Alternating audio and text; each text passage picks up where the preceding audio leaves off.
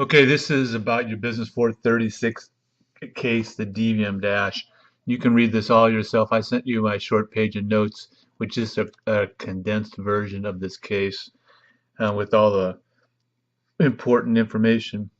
So we'll go through this quickly. Remember, this Devium Dash was a real product. It's not anymore. I don't think it ever did very well. To me, I don't understand why you would want to plug your phone into this faceplate. It's kind of a pain in the butt that way. Plus, when you think about it, phones change in size, and where the connection, the interface is at the bottom of the phone has changed in size and locations in the past few years. So you really have to make sure that it's constantly going to be changing. Phone sizes will change, and they say Apple phones are going to be used for this, and Android. Well, Android phones can be all different types of phone. Apple's at least one brand, and you can manufacture to that, but they do change their sizes and the location of the interfaces and the type of interfaces. So I never liked that. And plus, they talk about in this case, the one thing that always does gets brought up is he didn't get the electronics part of it figured out. He's got a prototype, but it's not a working prototype. The MD says if he gets a working prototype together, he thinks the company would be worth 850,000. But he tried to get the one online engineer to do the electronics part of it, and he had to get rid of that guy. So just keep that in mind that as of when they were talking about in this case, he didn't have a working prototype. He just had a prototype. Okay, so you can read this case. Basically he goes through the different types of a little bit of the development and also how to manufacture it. He spent $300 on a single prototype, 3D printed prototype. He also spent $2,000 on a prototype that was out of aluminum, that was a faceplate, and the housing, the actual unit, the faceplate you just see goes on top of the actual amplifier and all that kind of stuff, which is a 4 inches by 7 inches, which was the standard size. To me, it would have been a better product if you didn't have to connect it to that faceplate. If you could just do it through Bluetooth or something like that. That to me was the stumbling block of the whole thing. I don't know exactly what happened, but it didn't do well, put it that way. He estimates there's 20 million potential customers for a premium audio stereo system. Talks about the different manufacturing options.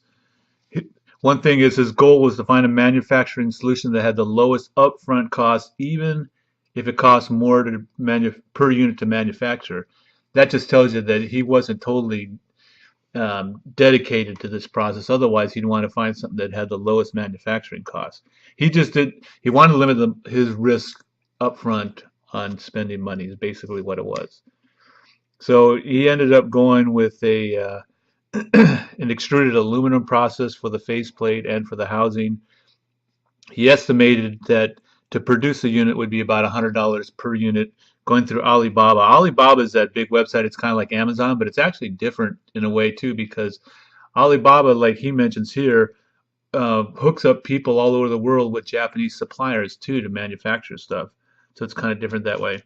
So $100 per unit, plus it's a $1 a piece for shipping. Now it estimates it takes about 6 weeks to get from the factory.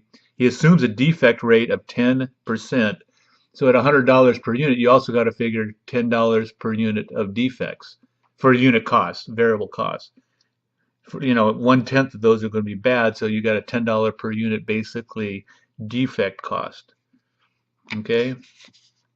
He said one of the benefits of doing this overseas online thing was that he could make changes quickly, so he could turn around a change and a change to the product in 3 months versus the normal 12 to 18. Here's where he talks about that he paid. This is on page 5. That he paid $2,000 to have a high quality 3D printed faceplate and a housing made. So that's in addition to the $300 he spent on that original printed faceplate. Marketing options.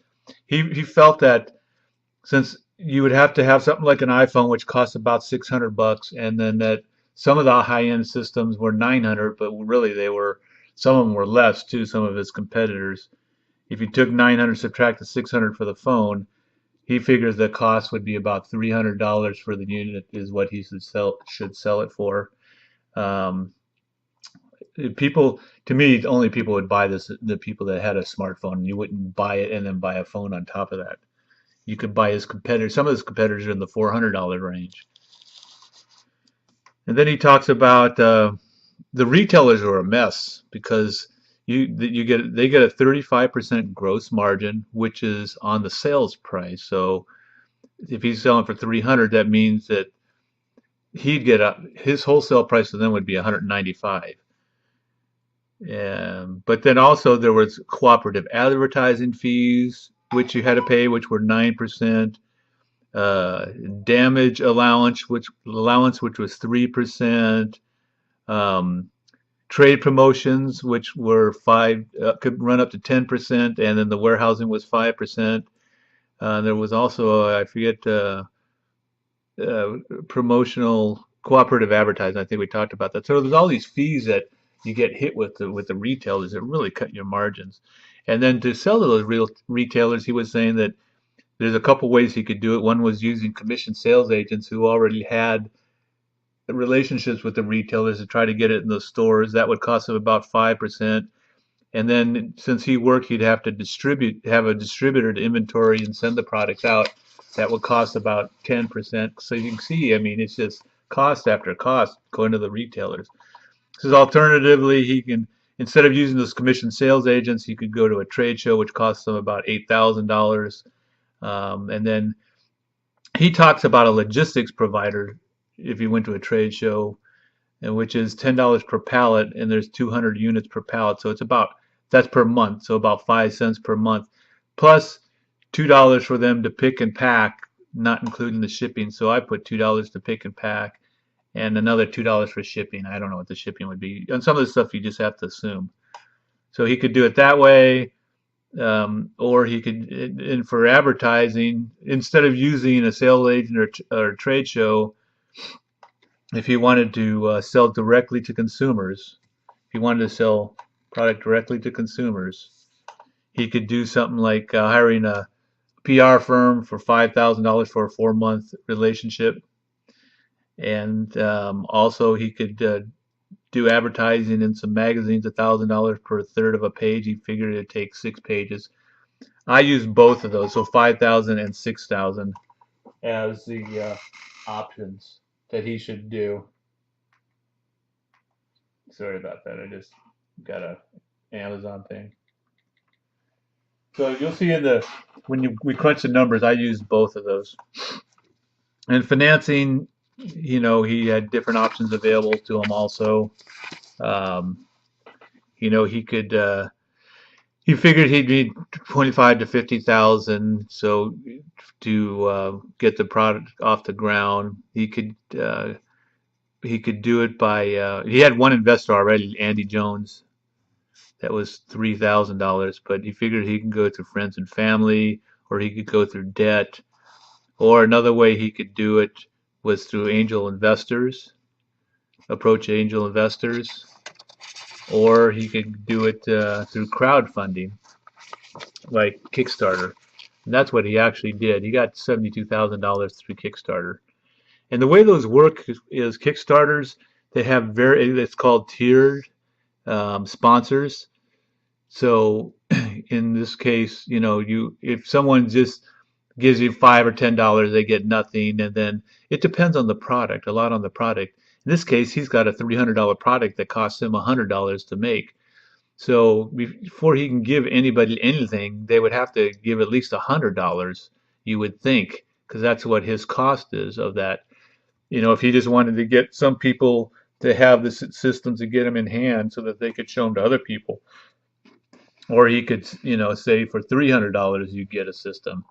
But that's basically the way those things work, that you've got to have some type of reward for the people. It can be a tiered reward, and you can tell what price they can get these rewards.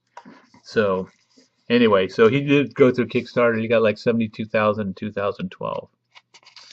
And so that's about it. Shows the different, see how this thing connects Well, it's got that interface piece right here where this slides into there. Well, it got bigger and smaller with Apple, and the phone got bigger later on, so you'd have to make new faceplates all the time, which isn't as bad as having to make the whole thing all the time. But I just think it'd be better if you had a Bluetooth connection where you didn't have to stick it in there personally. And that's what it would look like in a car.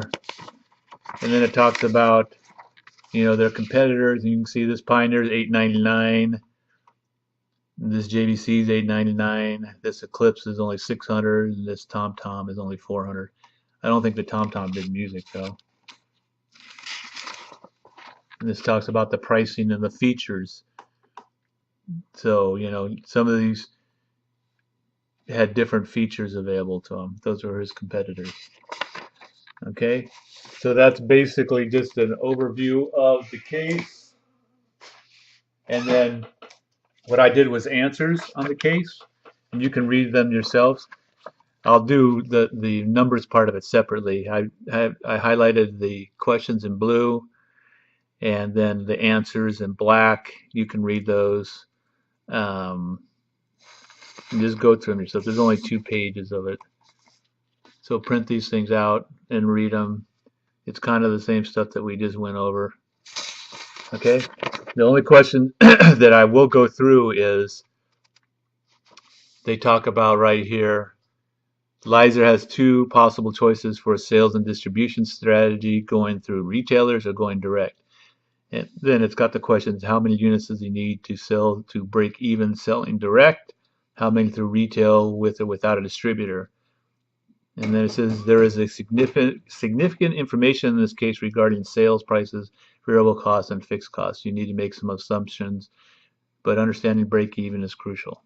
Okay, so I'm going to make a separate video on that, the numbers.